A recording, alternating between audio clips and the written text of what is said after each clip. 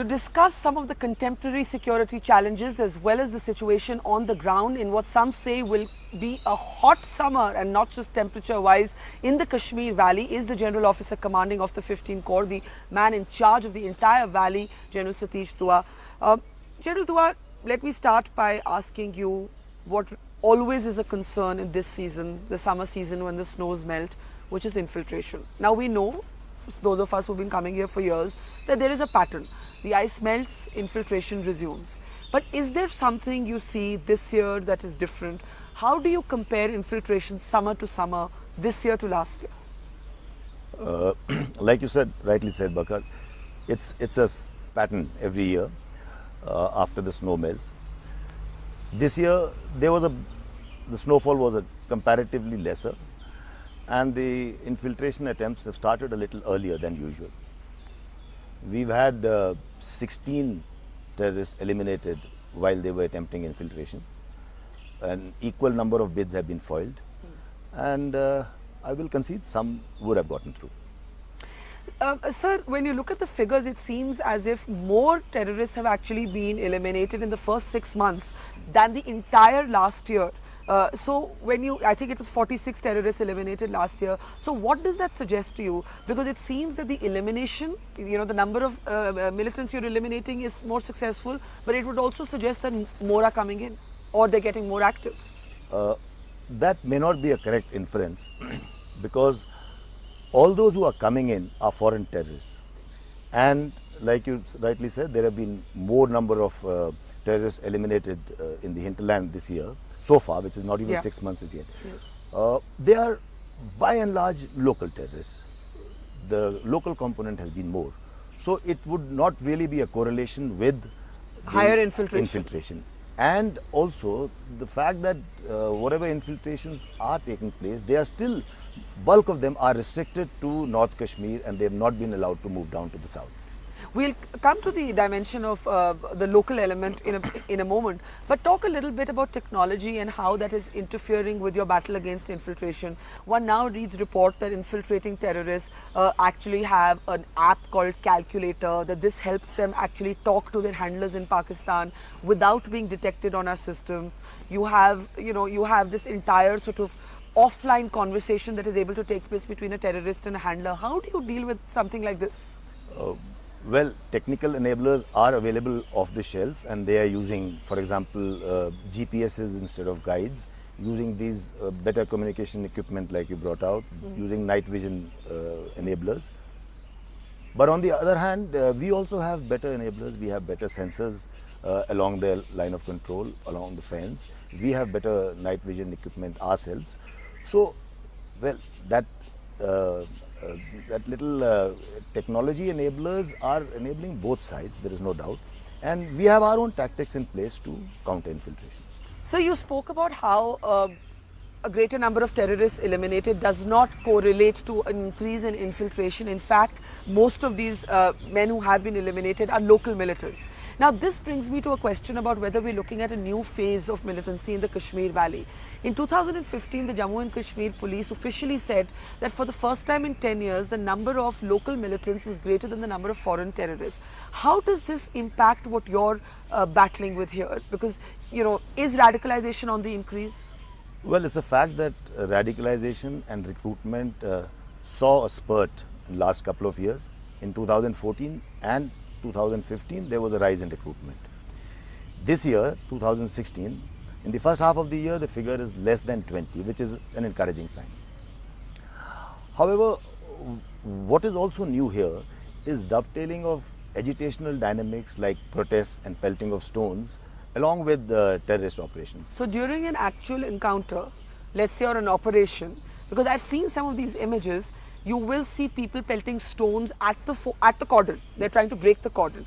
And so more worryingly, we've seen footage of women actually charging at soldiers who are in the middle of an operation trying to snatch weapons. Yes. You showed one of those footages a couple of days ago on your program also. And that is a challenge, there is no doubt.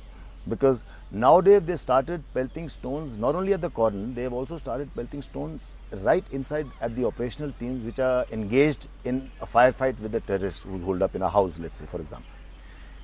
That becomes tricky for us, no doubt. Because what do you do to women and children who come up in front? Your orders are to your men are not to fire. Absolutely. So we have because to they're unarmed. Absolutely. We have to exercise restraint. They are unarmed. They are our own people, and we can't turn the guns towards them. That having been said, but it's just a challenge that can be overcome. So what do you do? How do you counter it? Let me just come to that. It's a matter of tactics. What we've done is we've synergized all organs of the government, the civil administration, the JK police, the CRPF and the army. Nowadays we take the law and order component along with us. Civil administration has promulgated section 144, the moment in an area of 5 kilometers, the moment a gunfight starts. And that's an enabler which allows the police and the CRPF to isolate the area and not allow people to come in. But they could still charge at your men and still snatch weapons and still throw stones, but they can't get inside the cordon. Yes, so they charge and that if they try, they are stopped by the police and the CRPF. While our operational teams with the SOG of JNK are inside carrying. So every time you go for an encounter, you have to carry the police or the paramilitary with you. Earlier we would do that later. So now our tactics has changed and we also take them along so we can isolate the encounter area. Also, all these people, the stone pelters, etc., are being identified, photographed, filmed, and booked after the episode is over. When you say booked, they're actually taken yes, they are actually, into arrest? FIRs are lodged and police takes them. But women, as you said, women and children become an entirely different challenge. Yes. And, you know, it also would be a challenge to keep your men calm and restrained at that time. Yes. And that's where I say the police is doing a very good job because nowadays they started making sure that the area is isolated. Challenges remain, but our focus remains in the firefight with the militants. Talk a little bit about whether this is now entering a psychological warfare phase, that this is now less about gun battles and more about actually countering a certain kind of mindset. And I ask you this because I travelled across South Kashmir. I met the families whose young boys, educated boys, some of them school toppers, are picking up the gun. You know, whether it's a Newton, it's a Burhan Wani. He's the son of a school principal. Newton's father used to work in the government animal husbandry department, but he himself was a school topper. They're using social media. You have young men here changing their profiles to Burhan Wani's page. They release videos. How do you counter this? Taking a few examples that you just did would not really make for generalizations, I feel, because for every such story that you have to tell, how do you also explain that when there is a rally, recruitment rally for the army, for 55 vacancies, 45 young men show up? 45,000. I'm sorry, for 55 vacancies, 45,000 men show up. Whenever there is a rally for recruitment rally, whether it's the army or the police, even for the government jobs, they really turn up in large numbers. So you're saying there's a contradiction there? There's a contradiction there. It's not as if everyone doesn't want to participate in the state. I am from Jammu and Kashmir Light Infantry. When Jawans are recruited and they go into my regiment, a bulk of them over here, they are removed from this environment and they are not radicalized anymore. You yourself interviewed a few ex-servicemen yesterday. So you're saying that for 55 posts, there were 45,000 applicants. Absolutely. And you're saying if there is such great hostility to the state, how do you explain this paradox? Absolutely. So not only is this a paradox, I'd go as far as to say that even these militants, you took a few names, their own kin are in government service. You just took some names. Several separatists, I mean, they have their own kin who are in government jobs. So that also is a contradiction. So you're saying that therefore there's a paradox when people talk about greater anger or greater hostility against the state? I would feel so. But in terms of social media being a new weapon of war, as it were, you know, how does that affect your fight? You're right. They've taken on to social media in a big way. Since the boys who are now recruited into militancy are not trained well, they don't exfiltrate, they can't do that anymore. So they use social media to get more media mileage, which is true. But the fact of the matter is that social media can get them attention of the media, but it does not offer them any protection in an encounter. It does not, eventually it is in an encounter that the terrorist is fighting security forces, and that is why we have boys who've joined militancy 2 or 3 months ago are getting eliminated in an encounter, and it wrenches our heart. We are not happy. These are our boys, these misguided youth. You're saying you feel terrible when you have to kill a local Kashmiri militant, young Kashmiri militant. I'll go further than that.